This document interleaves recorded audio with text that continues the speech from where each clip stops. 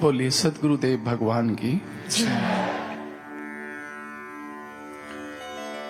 सच्चे दरबार की।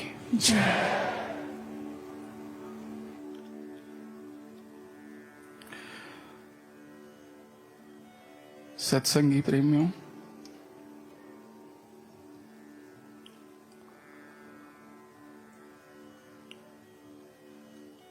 परम पूजनीय सतगुरु महाराज जी, जिनकी छत्र छाया में हम अपने आध्यात्मिक सफर को आगे बढ़ा रहे हैं, लेकिन ये सफर इतना अद्भुत है, मनुष्य कभी भी, साधक कभी भी सोच नहीं सकता उसके बारे में। ये पीड़ा जो सुनी आपने अभी, ये दर्द जो सुना, ये कैसे मुरीद का दर्द है जो अपने मुर्शद के लिए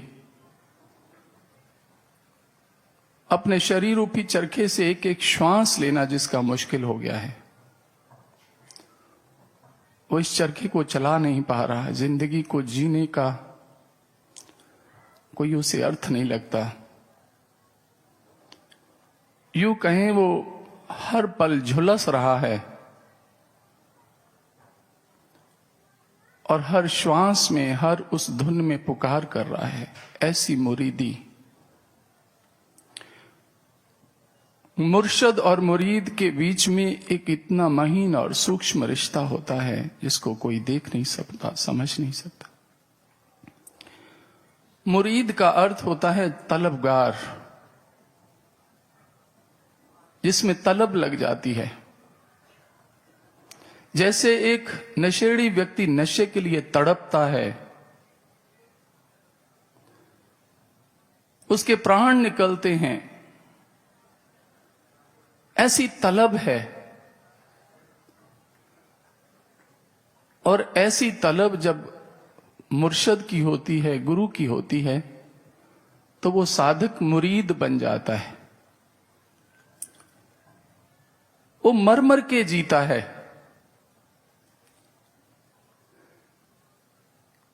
क्योंकि जीता है इस आशा में कि मुझे दर्शन होने हैं। लेकिन अपनी जिंदगी, वो अपने जीवन को उस आग में तपाता है, उस अग्नि में झुलसाता है, लेकिन एक आशा लिए, मेरे गुरु का मुझे दर्शन होगा। ये मुरीद अब्दुल्ला शाह कादरी थे,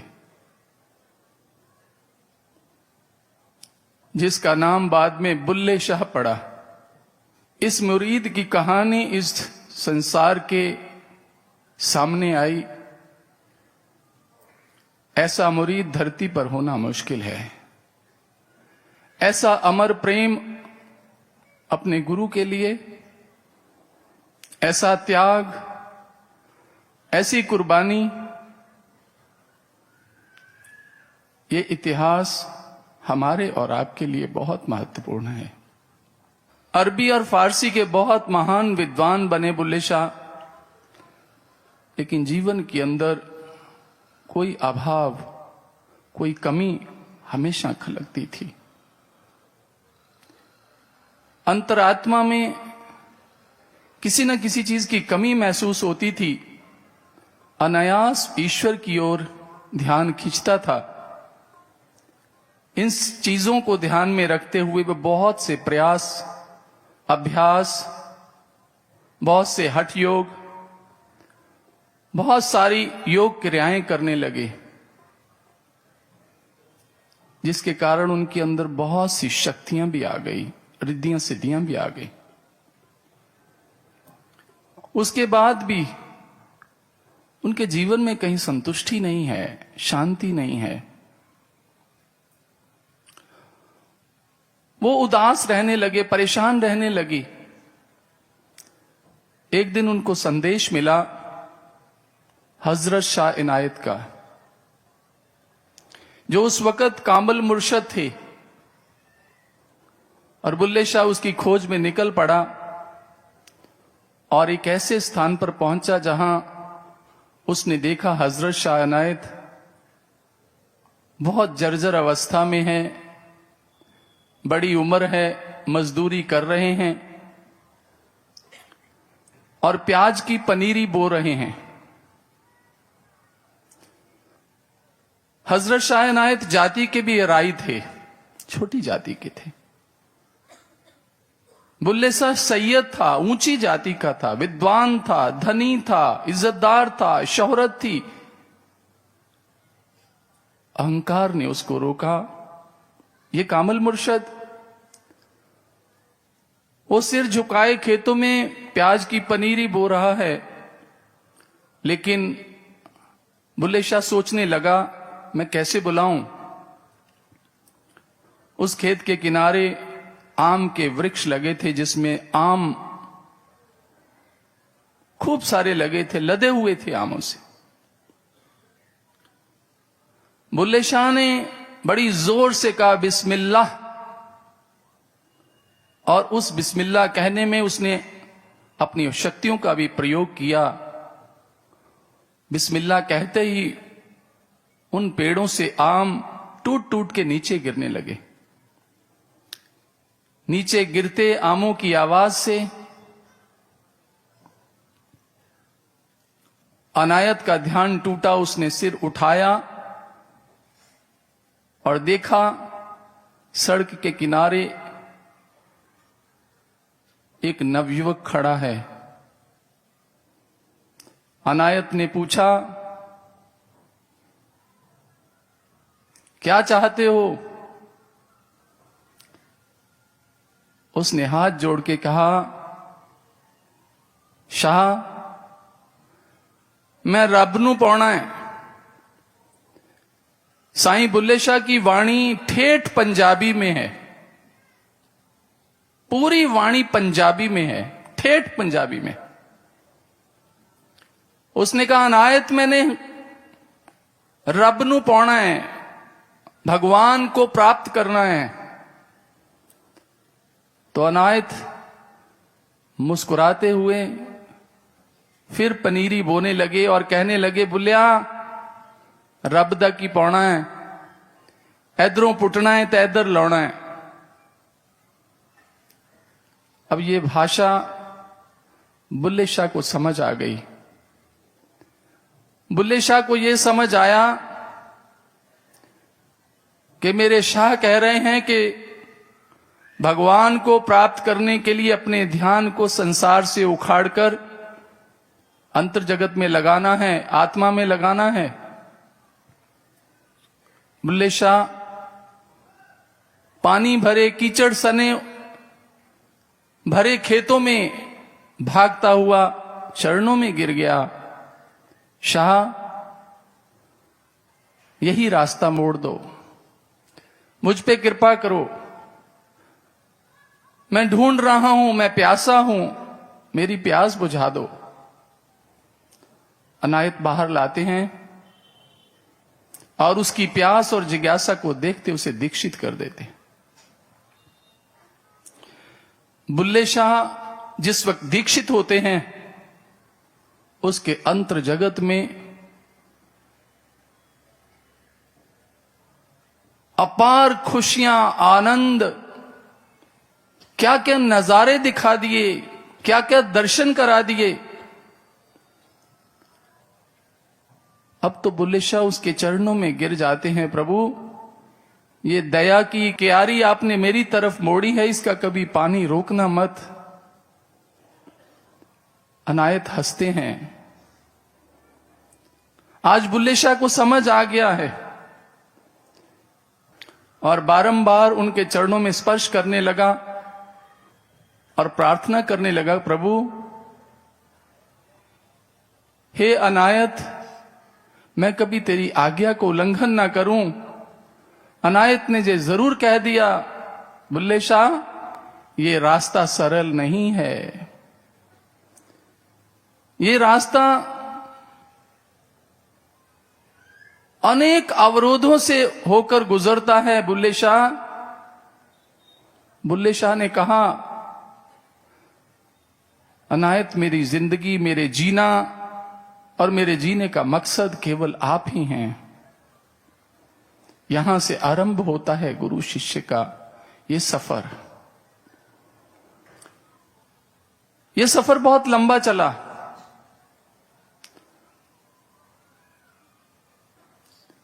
बुल्ले शाह का मुर्शद, बुल्ले शाह की मुरीदी कोई समझ ले तो उसकी जिंदगी में बस अपने साईं को याद करके रोना ही रोना है, क्योंकि वो बहुत रोया, बहुत रोया।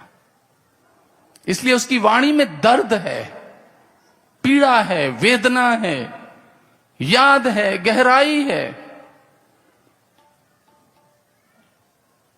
अपने गुरु के लिए जिस वक्त उसको दीक्षा मिल गई, जब वो अपनी गुरु की आज्ञा में रहने लगा, जब वो गुरु की सेवा में जुट गया, सज्जनों, जिस वक्त कोई भी अध्यात्म के मार्ग पर कदम रखता है कि सत्य के मार्ग पर चलने वालों को 3 अवस्थाओं से गुजरना पड़ता है। 3 अवस्थाओं से। पहली अवस्था है विरोध, दूसरी अवस्था है उपहास, और तीसरी अवस्था है जो सबसे कठिन है, स्वीकृति। स्वीकार कर लेना, स्वीकार हो जाना, पास हो जाना, इम्तिहान पास कर लेना। जहां भगवान स्वीकार कर लेता है हमें, ये साधक की मार्ग के 3 बड़े पड़ाव हैं। आज बुल्ले शाह चल पड़ा है। बुल्ले शाह दिन रात अपने गुरु की सेवा में लगे, गुरु को भी प्रसन्न कर लिया, समाज से भी टक्कर ले ली, उपहास से भी कभी घबराया नहीं, पीछे मुड़कर नहीं देखा, अपनी पहचान खत्म कर दी, गुरु की पहचान को अपनी पहचान बना लिया। गुरु हर तरफ से प्रसन्न है, हजरत हर तरफ से प्रसन्न है। लेकिन अनायत अचानक बड़े कठोर हो गए। अनायत ने कुछ सोच लिया। अनायत ने उसको शुद्ध करने की घड़ी जान अपना कार्यक्रम शुरू कर दिया। क्या हुआ? बुल्ले शाह गुरु महाराज जी की आज्ञा लेकर एक दिन परिवार के अंदर पिता के आग्रह पर कि बुल्ले शाह बहुत समाज में, परिवार में बहुत अपमान हो चुका है, गुरुदेव की आज्ञा से कुछ घड़ी के लिए तू घर आ जा, क्योंकि एक बहुत बड़ा उत्सव है। जब गुरु के पास जाके प्रार्थना की और गुरु ने सोचा अब ये पीछे का अभी भी इसे ध्यान है, अभी भी पीछे की याद है, तो गुरु ने भी फाइनल इम्तिहान, पूर्ण परीक्षा आरंभ कर दी। उसने प्रसन्नता से स्वीकृति दी। जाओ बुल्ले शाह, जाओ, घर जाओ, लेकिन लौट आना। जी महाराज, जी शाह जी, मैं जल्दी से लौट आऊंगा। शाह जी, उस उत्सव में आप भी पधारना। अनायत ने कहा, हां मैं भी जरूर आऊंगा। जब उत्सव आरंभ हुआ, सैयद वंश, बुल्ले शाह घर आए, जो नहीं भी लोग आते थे वो भी सब आए। दुनिया इकट्ठी हुई, सैयद वंश इकट्ठा हुआ, धार्मिक प्रोधा लोग इकट्ठे हुए, धर्म के ठेकेदार इकट्ठे हुए। बुल्ले शाह सबको अपने प्रभु का संदेश दे रहा है। लेकिन गुरु ने क्या सोचा, मुझे भी निमंत्रण मिला है, लेकिन आज अपने एक अदने से शिष्य को बुला के कहते हैं जो अराई जाति का ही था। अनायत कहते कि जाओ, बुल्ले शाह ने उत्सव में आमंत्रित किया है, तुम जाओ। महाराज मैं जाऊं? हां, मुझे बुलाया था, मैं नहीं जा पाऊंगा, आप चले जाओ। सज्जनों, उस उत्सव में बहुत बड़ा एक इकट्ठ हुआ था, बहुत पब्लिक इकट्ठी हुई थी, बुल्ले शाह सबको मिल रहे थे। लेकिन उसी के अंदर मैले कुचैले कपड़े पहने बुल्ले शाह का गुरु भाई पहुंच गया, जो गुरु का प्रतिनिधि बनकर गया था। वो उस उत्सव में प्रवेश किया तो लोगों ने अच्छा व्यवहार नहीं किया। उसे लगा ये तो संसार की रीत है, ये जानते नहीं हैं, ये अज्ञानी हैं, इनको परिचय नहीं है। उसने बुरा नहीं माना। वो उस भीड़ में से ढूंढ रहा था अपने बुल्ले को, और उस भीड़ में से ढूंढते ढूंढते अनायत का शिष्य बुल्ले के पास पहुंचा।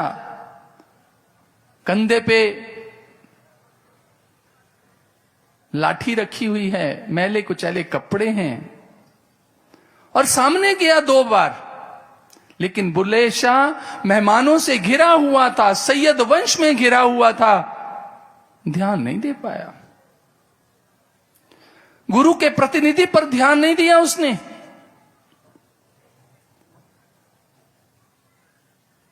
वो शिष्य वापस आ गया। गुरु ने पूछा, कैसा रहा? महाराज, बहुत बड़ा उत्सव था, बड़ी दुनिया थी, मेरा बुल्ला था। हां प्रभु, तेरा बुल्ला भी था। बुल्ला तुझे मिला? महाराज, बुल्ला मुझे नहीं मिला, उसने मेरा तिरस्कार किया, उसने मुझसे बात तक नहीं की। बस गुरु को तो बहाना चाहिए था कोई, गुरु को अपना खेल जो करना था। गुरु आज नाराज हो गए, गुरु नाराज हो गए। बेटा, ये तेरा अपमान नहीं किया, बुल्ले शाह ने मेरा अपमान किया है, तू मेरा प्रतिनिधि था। कोई बात नहीं, हम बुल्ले की क्यारी मोड़कर वो पानी, दया का पानी, तेरे खेत में लगा देते हैं। उसी वक्त अनायत शाह ने अपनी कृपा की धार मोड़ दी, जो बह रही थी निरंतर बुल्ले के खेतों में, बुल्ले की हृदय की जमीन पर।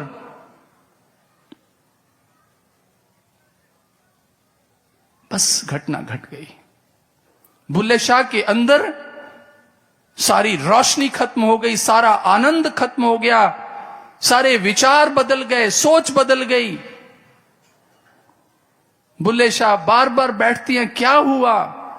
लेकिन वो आनंद, वो धार तो बह गई उस शिष्य की ओर जिसका तिरस्कार किया था। बुल्ले शाह तड़पने लगा। बुल्ले शाह सुबह ही वहां से भागा, समय से पहले भागा। मुर्शद, ये क्या हुआ मेरे साथ? आज मुर्शद उससे मिल नहीं रहे, वो बाहर बैठा रो रहा है आश्रम में, लेकिन मुर्शद बाहर नहीं निकल रहे। जो बुल्ले शाह को देखने के लिए स्वयं भागे आते थे, जो बुल्ले शाह की एक आवाज से पहचान ले लेते थे मेरा बुल्ला आ गया है, आज वो नाराज हो गए, आज वो बदल गए, आज वो कठोर हो गए। आज उन्होंने क्या सोच लिया? लेकिन बुल्ले शाह रो रहा है। और जब उसे आकर मालूम हुआ कि आज साईं बाहर नहीं आ रहे, आज साईं मुझे अंदर नहीं बुला रहे, तो उसके मन के अंदर ऐसा भयानक सा डर उसे सताने लगा, ये क्या हुआ? लेकिन अंदर से संदेश आया, बुल्ले शाह को धक्के मारकर बाहर निकाल दो आश्रम से,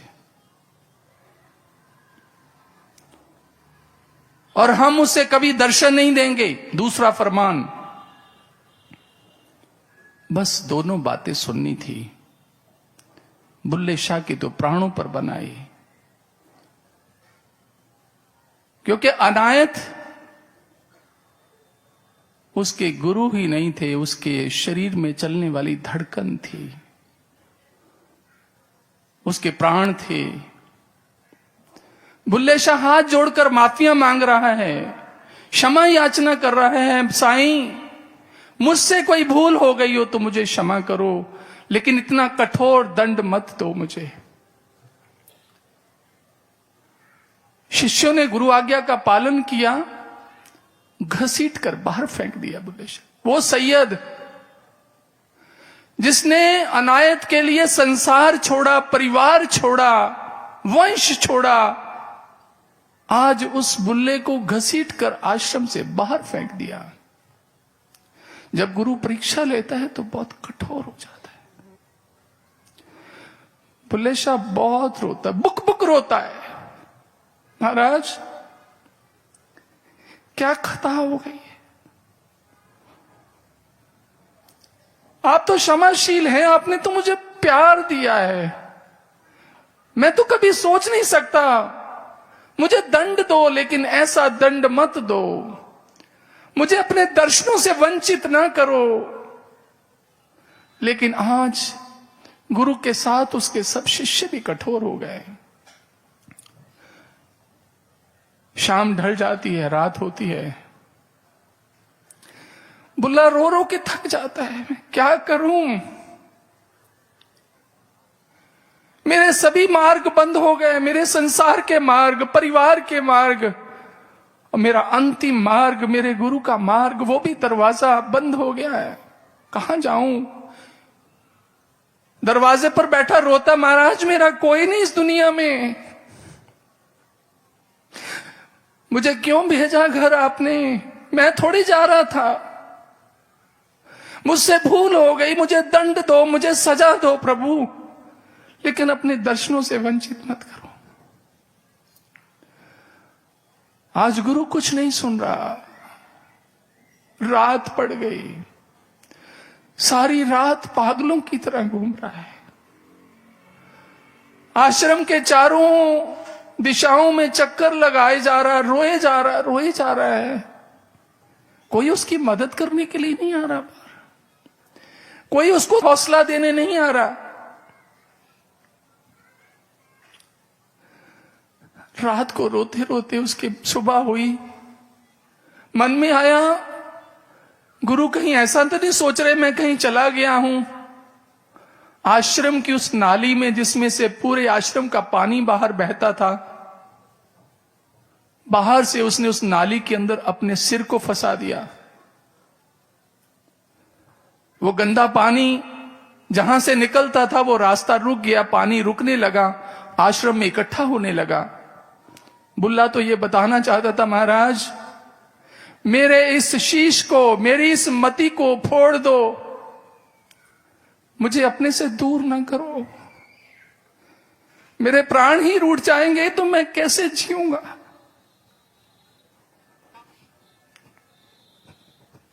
मुझे दूर मत करो। लेकिन गुरु आज इम्तिहान ले रहा है, कहता लाओ एक डंडा, इस नाली को मैं साफ करता हूं।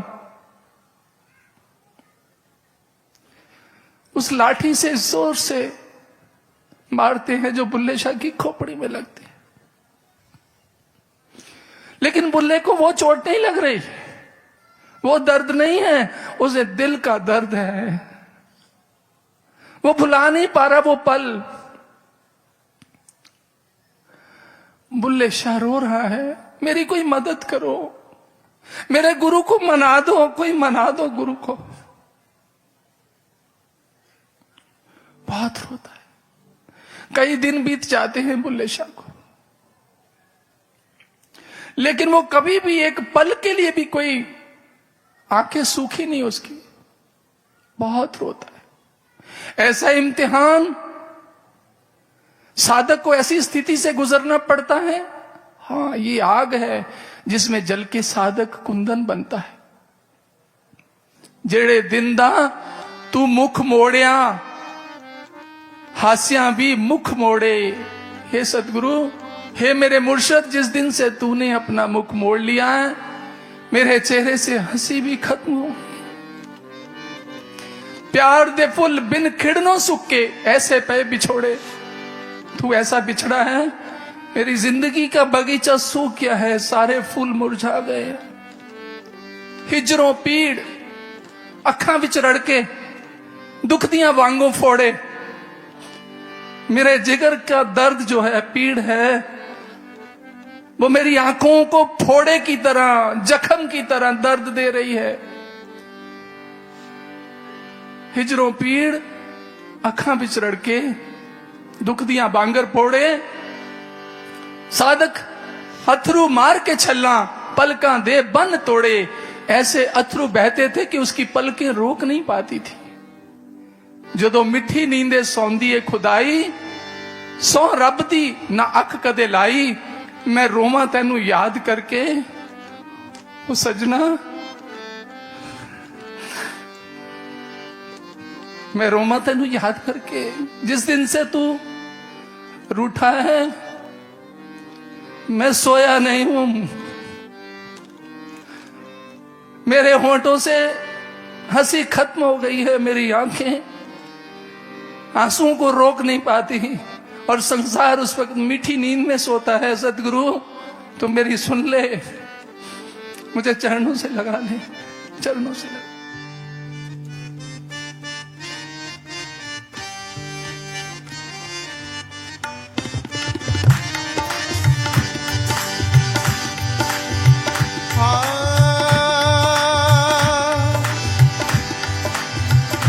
जेड़े दिन दा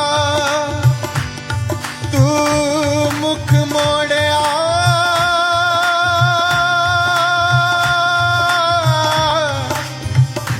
हासिया भी मुख मोड़े। प्यार दे फुल बिन खिड़नू सुकी, ऐसे पर बछोड़। हिजरो पीड़ अखां विच रड़ के दुख दिया वांगर फोड़। साधक हंजुआ मार के छल्ला पलकां दे बन तोड़े। जदों मिठी नींदे सौंदी है खुदाई, जदों मिठी नींदे सौंदी है खुदाई। सौरभ दिन अख कद लाई, मैं रोवां तैनू याद करके। सजना मैं रोवां तैनू याद करके। आंदियां ने चेते जदों गल्लां मैनू तेरियां, आंदियां ने चेते जदों गल्लां मैनू तेरियां। आंदियां ने चेते जदों गल्लां मैनू तेरियां, आंदियां ने चेते जदों गल्लां मैनू तेरियां।